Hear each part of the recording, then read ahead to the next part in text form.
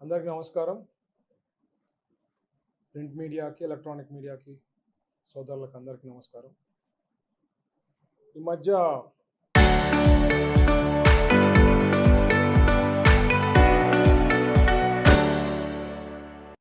ఈ కర్నూలులో ఇమ్తియాజ్ అనే పిల్లవాడు 6th వార్డుకు సంబంధించిన అతన్ని మర్డర్ చేయడం జరిగింది. మీకు కూడా అందరికి ఐడియా ఉంటుంది. ముందుగా మీ నుంచి నేను వినాలనుకుంటున్నాను. బిఫోర్ నేను చెప్పే అసలు మీకు ఏం తెలుసు దాని గురించి, మీకు వచ్చిన ఇన్ఫర్మేషన్ ఏమి? ఎందుకంటే మీరు ప్రెస్ కదా, మీకు ఇంకా ఇన్ఫర్మేషన్ ఎంతవరకు తెలుసో ఐ వాంట్ టు అండర్స్టాండ్. ఆయనను చంపారు, దేనికి చంపారు అనేది మీకు ఇన్ఫర్మేషన్ ఉంది, చెప్పండి. మీరు నన్ను క్వశ్చన్ చేస్తారు, anyways I answer later. But మీకు ఏం తెలుసు ఇన్ఫర్మేషన్? రెండు అంశాలు ఉన్నాయి కదా, ఇంతియాజ్ డమ్మి అభ్యర్థిగా నామినేషన్ ఇచ్చారా ఒకటి, ఇంకోటి అబ్దితో ఏదో కబ్జా విషయం బయట పెట్టడానికి ఏదో ఉంది. అది నేను మీకు ఫోన్ చేసి చెప్పా. అది మీ వరకు తెలుసు, తెలియని వాళ్ళకి అడుగుతున్నా.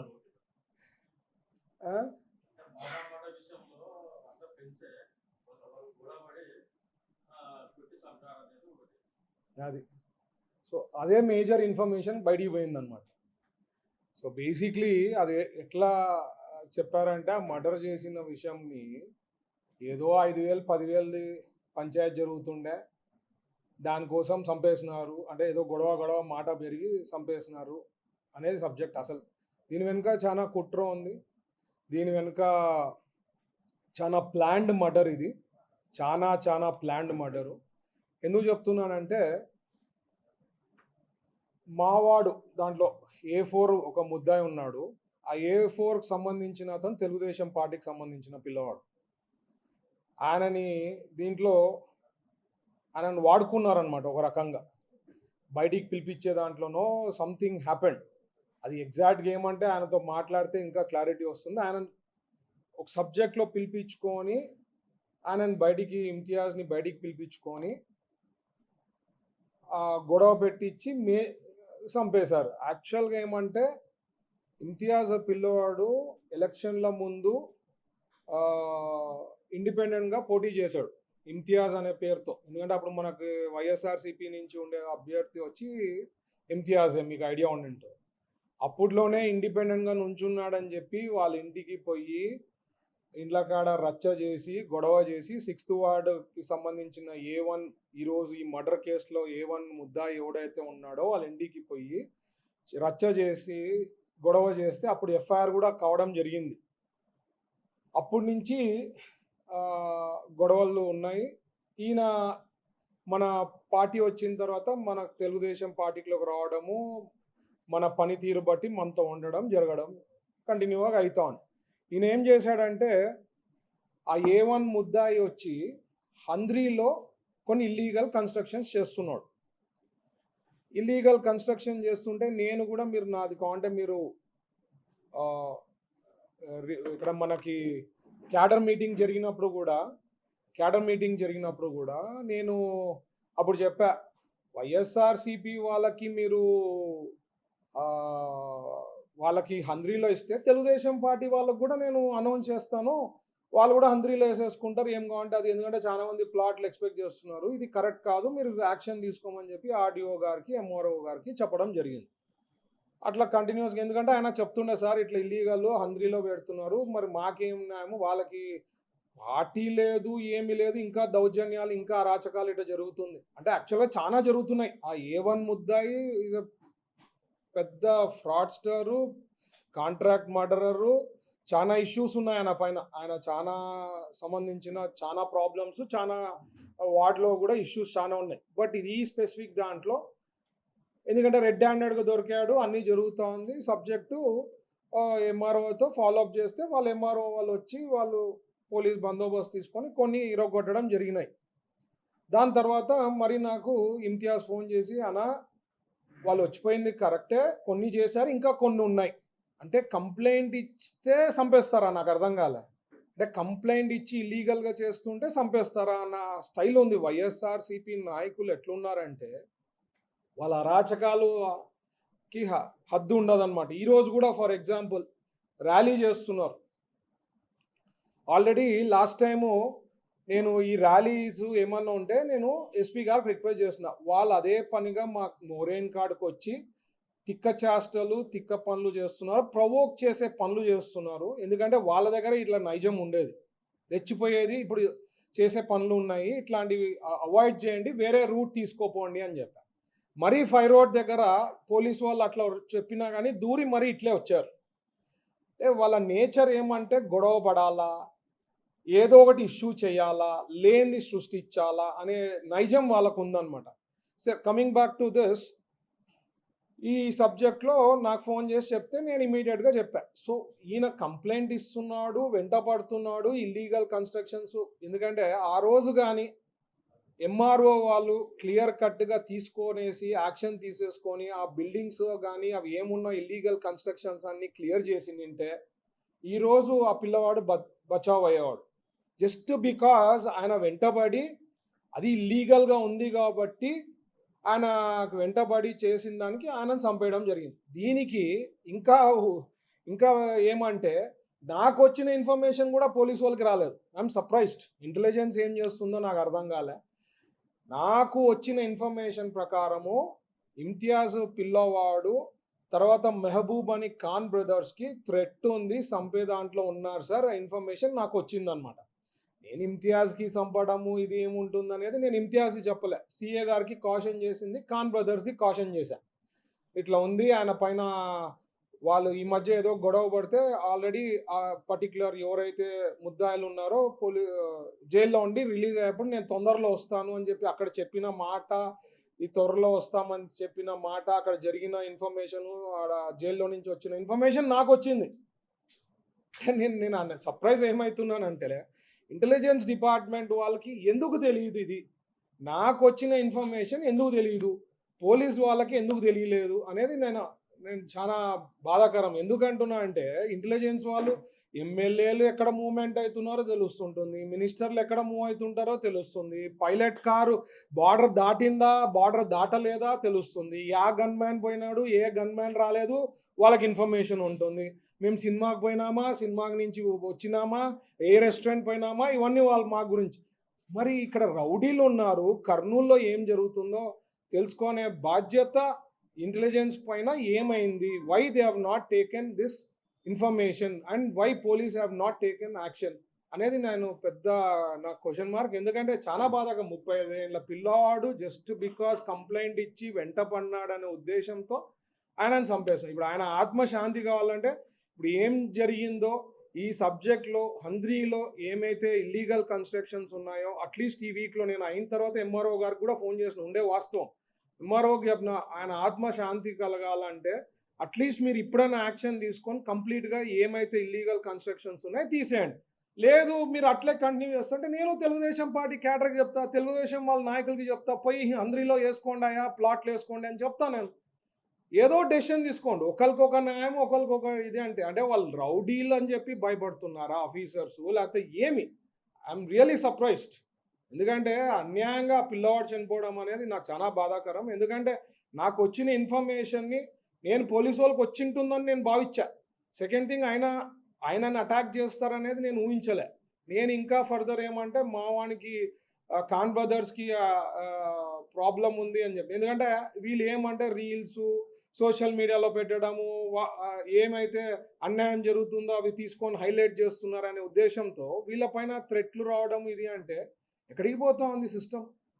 ఒకటి నాకు గుర్తుందండి, ఫాదర్ ఎమ్మెల్యేగా ఉన్నప్పుడు 99 నుంచి 2004లో అప్పుడు ఫ్యాక్షనిజం ఫుల్ తగ్గిపోయింది కర్నూలు డిస్ట్రిక్ట్లో. మీకు ఐడియా ఉందో లేదో, అప్పుడు తెలుగుదేశం గవర్నమెంట్ చంద్రబాబు గారి లీడర్షిప్లో అప్పుడు ఫర్ సమ్ రీజన్ ఏం జరిగిందో మీ అందరికీ తెలుసు. ఫ్యాక్షనిజం అనేది టోటల్ తుడిచిపెట్టేసినారు అప్పుడు. సో ఇప్పుడు రౌడీలు ఏం చేస్తున్నారు, రౌడీ ఎలిమెంట్స్ ఏముంది ఐడెంటిఫై చేసుకొని మీరు సీరియస్గా యాక్షన్ తీసుకుంటే బాగుంటుంది. లేదు అంటే ప్రతి పార్టీలో ఉంటారండి, మంచి వాళ్ళు ఉంటారు, చెడ్డ వాళ్ళు ఉంటారు, అక్కడ మర్డర్ చేసే వాళ్ళు ఉంటారు, తెలుగుదేశం పార్టీలో మర్డర్ చేసే వాళ్ళు ఉంటారు.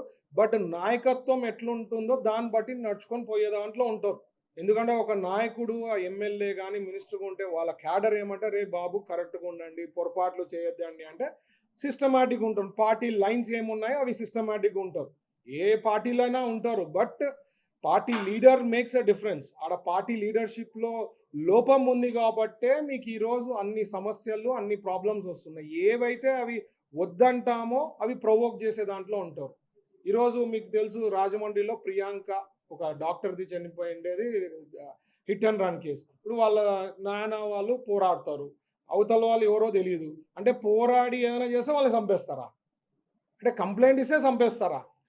ఇది ఎక్కడా న్యాయమో నాకు అర్థం కాలేదు. ఇప్పుడు వరకు అండి మీరు కౌంటర్ రికార్డ్స్ తీసుకొని చూడండి. కర్నూలులో నా అసెంబ్లీలో మనకి పవర్లో వచ్చిన తర్వాత, మన గవర్నమెంట్ వచ్చిన తర్వాత, ఎన్డీఏ ప్రభుత్వం వచ్చిన తర్వాత 3 నుంచి 4 మర్డర్లు జరగడం జరిగింది. అందరూ కూడా వైఎస్ఆర్సీపీ పార్టీకి సంబంధించిన వాళ్ళే ఉన్నారు దీంట్లో. సో నేను చెప్పేది ఏమంటే ఐ థింక్ ఇంటెలిజెన్స్ కానీ పోలీస్ కానీ they have to be very serious, strict.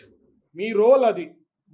మీరు అది స్ట్రిక్ట్గా తీసుకోకండి, లైట్గా తీసుకుంటే ఇట్లా అన్యాయంగా బలైపోయే దాంట్లో అమాయకులు బలైపోతారు. ఎందుకంటే వాళ్ళు ఏదో వచ్చి ముందుకు వచ్చి ఉండే వాస్తవాలు తీసుకొని వచ్చి గవర్నమెంట్కి చెప్పో లేకపోతే మాకు చెప్పో సార్ ఇట్లా illegal activities illegal things happening అనేవి చెప్తామని చెప్తే వాళ్ళ మీద మీరు మర్డర్లు చేయడం అనేది చాలా అన్యాయం. ఇది ఎంత ప్లాన్డ్ అంటే 2-3 వీక్స్ బిఫోర్ నుంచి ఆ A1 ముద్దాయి కర్నూలులో లేడు.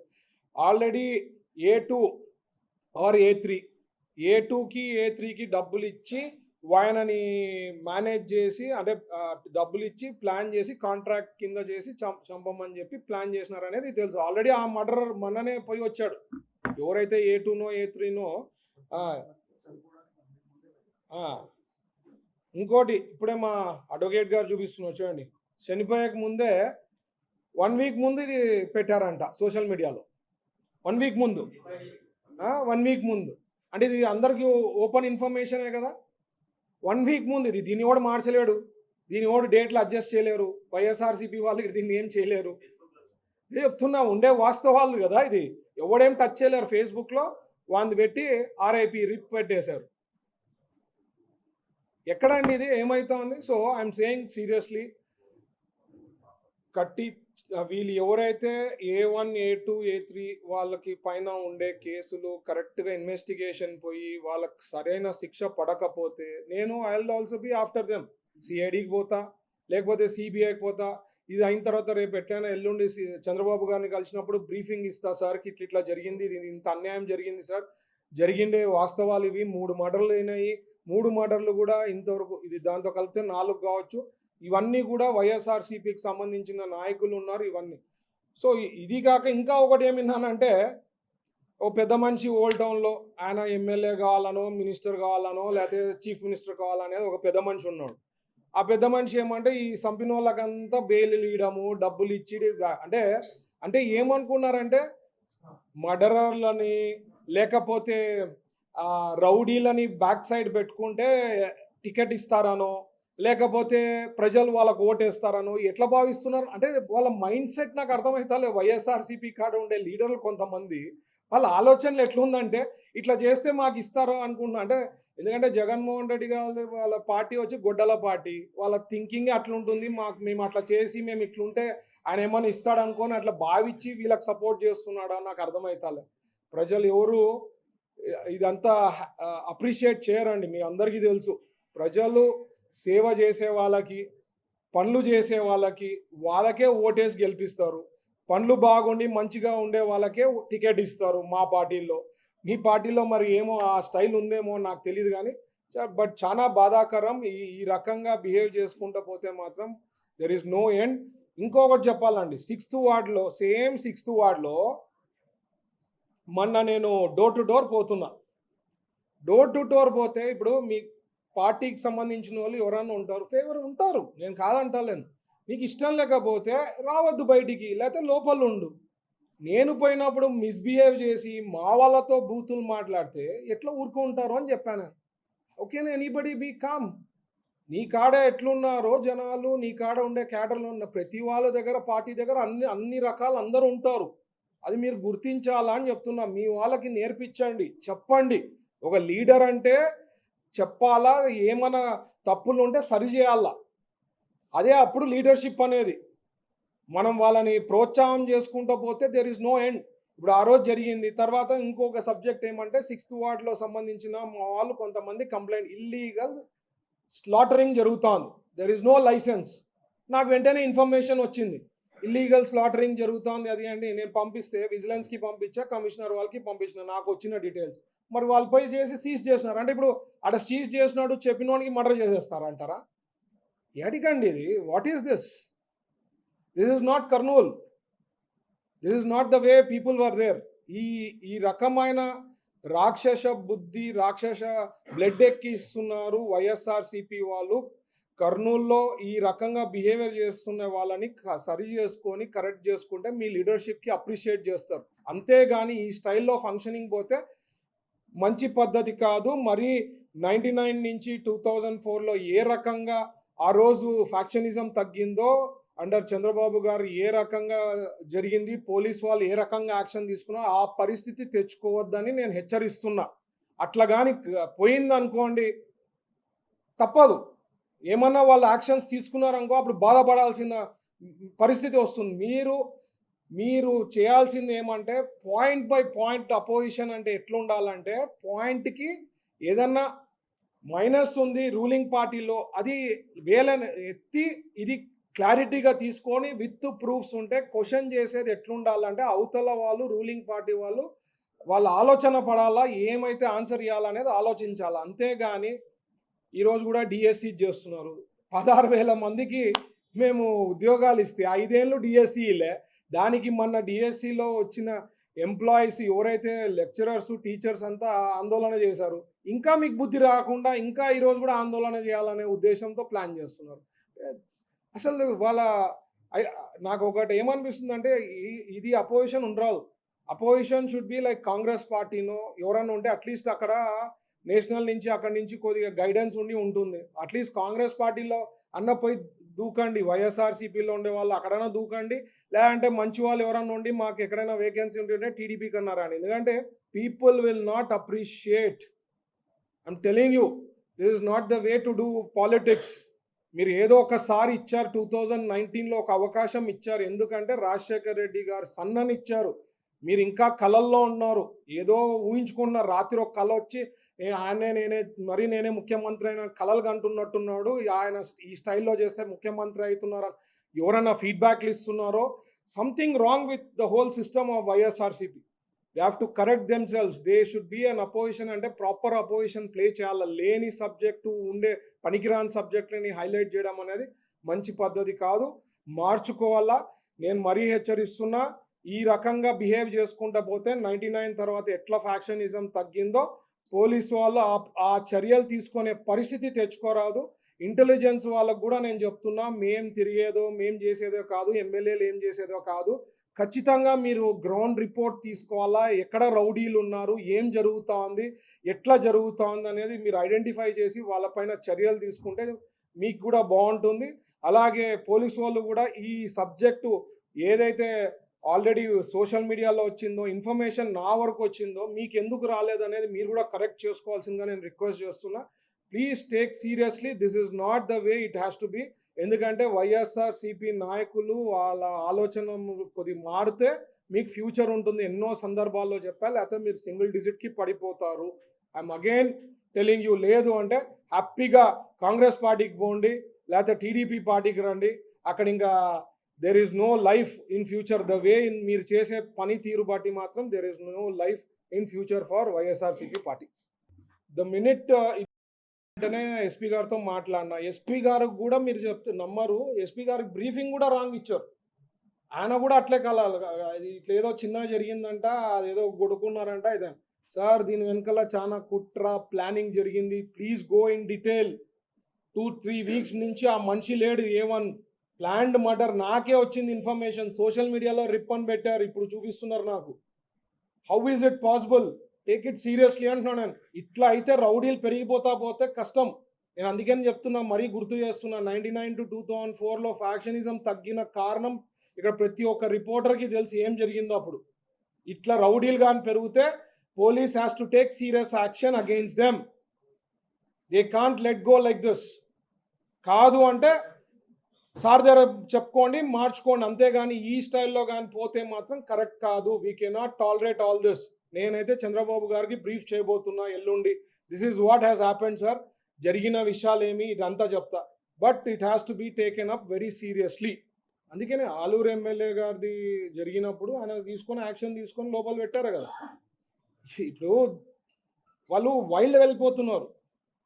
వాళ్ళు చేసే అంటే జాంబీస్ అని ఒక మూవీస్ ఉంటాయి, మీరు జాంబీ వాళ్ళకి కొద్దిగా ఇప్పుడు ఎక్కినట్టు ఉంది. వైఎస్ఆర్సీపీలో వాళ్ళకి కొద్దిగా జాంబీ స్టైల్ ఎక్కినట్టు ఉంది. అంటే వాళ్ళకి తెలుస్తలేదు అట్లా రౌడీ బిహేవియరు, లేకపోతే రప్ప ప్రతి ఒక్కటి you take anything is any one is appreciating. అంటే ఆయన స్టైల్ ఎందుకు అట్లా బిహేవ్ చేస్తున్నాడు నాకు అర్థం. సబ్జెక్ట్స్ మీరు కరెక్ట్గా తీసుకొని అసెంబ్లీకి వచ్చి ప్రశ్నించండి, సరైన సబ్జెక్ట్స్ మాట్లాడండి, అవి చేయాలా. కానీ ప్రతి సబ్జెక్ట్లో కూడా అరాచకము, దౌర్జన్యము, ఏం చేస్తే రౌడీయిజము ఇట్లే ఉన్నాయి వాళ్ళ style of functioning, which is not right. You have to set right. అంటే భయపాంతులు చేయొచ్చు అనేది అది ఒక ఆలోచన ఉండిండొచ్చు అని నేను అనుకున్నా. బట్ అందుకనే నేను పోలీసు వాళ్ళకి ఇన్ఫర్మేషన్ ఏదో వస్తుందో, ఇంటెలిజెన్స్కి ఏమైనా ఇన్ఫర్మేషన్ వస్తే యాక్షన్ తీసుకోవాలా సీరియస్గా అంటున్నాను.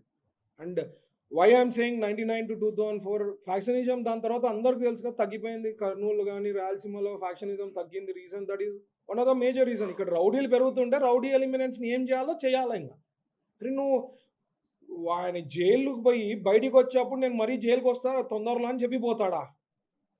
అంత దారుణమా? అంత ధైర్యమా? అంటే ఎట్లయిపోయిందంటే సిస్టంలో ఎక్కడో లూప్ హోల్స్ తీసుకొని ఏముంది, 2 వారాలు 3 వారాలు మేము జైలుకు పోతాం వస్తాము, ఏదో ఒకటి మేనేజ్ చేసుకుంటాము. మర్డర్ కేసు అయితే కొన్నాళ్ళు అయిన తర్వాత వాళ్ళ డబ్బులు ఇస్తాము, మేనేజ్ చేసుకుంటాము, వాళ్ళని ఏదైనా ఇది. Somehow this is not right, this not correct. అందుకేం చెప్తున్నానండి, రెచ్చిపోవాలనే చెప్తున్నాను నేను. మన పోలీసు వాళ్ళు సీరియస్గా తీసుకోమని చెప్తున్నాను నేను. అందుకని సీఎం గారి దృష్టికి తీసుకోపోతా. This is not the way. అందుకని ఇన్ని మాటలైనా నేను కామ్గా ఉన్నా ఇప్పుడు. But this is too much.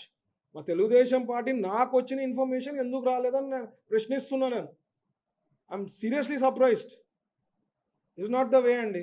It has to be taken up. SP గారు సీరియస్ తీసుకోవాలా, intelligence department has to be taken. They have to take it seriously. ఏం జరుగుతుంది, ఎట్లా, ఏమనేది they have to take it very seriously and take action against the culprits. రౌడీలు ఇంకా చాలా మంది ఉన్నారు, వాళ్ళందరినీ కూడా ఐడెంటిఫై చేసి దే షుడ్ టేక్ యాక్షన్. అంతేనా? అంటే జరిగిన ఇన్సిడెంట్ ఎస్పీ గారికి బ్రీఫింగ్ రాంగ్ ఇచ్చేసారు. అంటే జరిగిన ఇన్సిడెంట్ నాకు ఒక ½ అవర్ 1 అవర్లోనో ఆ next day morning, I didn't call him that day, midnight అయింది ఏమనేది. నెక్స్ట్ డే మార్నింగ్కి అట్లా ఉంటే నేను చెప్పాను, ఇది కాదు సార్, ఇవంతా జరిగింది, మీరు గో ఇన్ డెప్త్, నాకు వచ్చిన ఇన్ఫర్మేషన్ ఇది, ప్లీజ్ గో ఇన్ డెప్త్ అని చెప్పాను. అంటే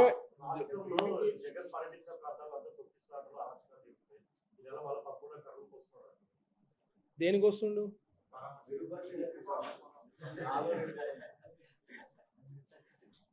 ఇక్కడ అందుకనే ఇప్పటి నుంచి ఇట్లా చెప్తే అట్లీస్ట్ మా పోలీసు వాళ్ళు, ఇంటెలిజెన్స్ వాళ్ళు సీరియస్గా తీసుకొని ఇప్పటి నుంచైనా సెట్ అవుతారు అనే ఉద్దేశంతో I'm warning things what is happening on ground. ఎందుకంటే గ్రౌండ్ రియాలిటీకి అక్కడ వచ్చే ఇన్ఫర్మేషన్కి దేర్ ఇస్ అ డిఫరెన్స్ అనే దాంతోనే ఐఎమ్ టెలింగ్. ఎందుకంటే నేను మాట్లాడినా, చెప్పినా, చేసినా, but things has to set right. ఖచ్చితంగా చంద్రబాబు గారి దృష్టికి తీసుకోపోతా, ఇవి జరిగిన వాస్తవాలు చెప్తా, ఏమేమి అవుతున్నాయో. అంటే ఏదైనా development, for example C camp, A camp, B camp, దానికి కూడా డెవలప్మెంట్ హైకోర్టు బెంచ్ మన లోకేష్ గారు వచ్చి చెప్పిపోయినారు 90 daysలో వీఆర్ గోయింగ్ టు గివ్ అని. ఆడ బెస్ట్ ప్లేస్ ఎక్కడ మనకి, ఎక్కడ పక్కన ఉందా? బెస్ట్ ప్లేస్ అక్కడ ఉంది. అలాంటి దానికి ఏదో ఒకటి క్రియేట్ చేయాలా. వైఎస్ఆర్సీపీ ధోరణి మార్చుకోవాలా అంటున్నాను నేను. ఆడ లీడర్షిప్ మార్చుకుంటే బాగుంటుంది. ప్రజలు I don't think no one will appreciate. వాళ్ళు అది ఏదో ఊహించుకుంటున్నారు, which is not right. Bench మనం చెప్పిండేది బెంచ్ వస్తుంది. But I don't want to deviate అండి దీని విషయంలో. దీని వరకు నేను చెప్తున్నా, please take it seriously.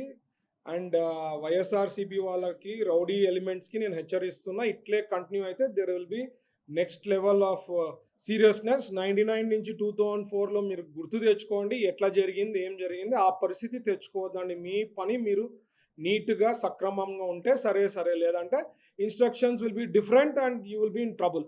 Please take it seriously.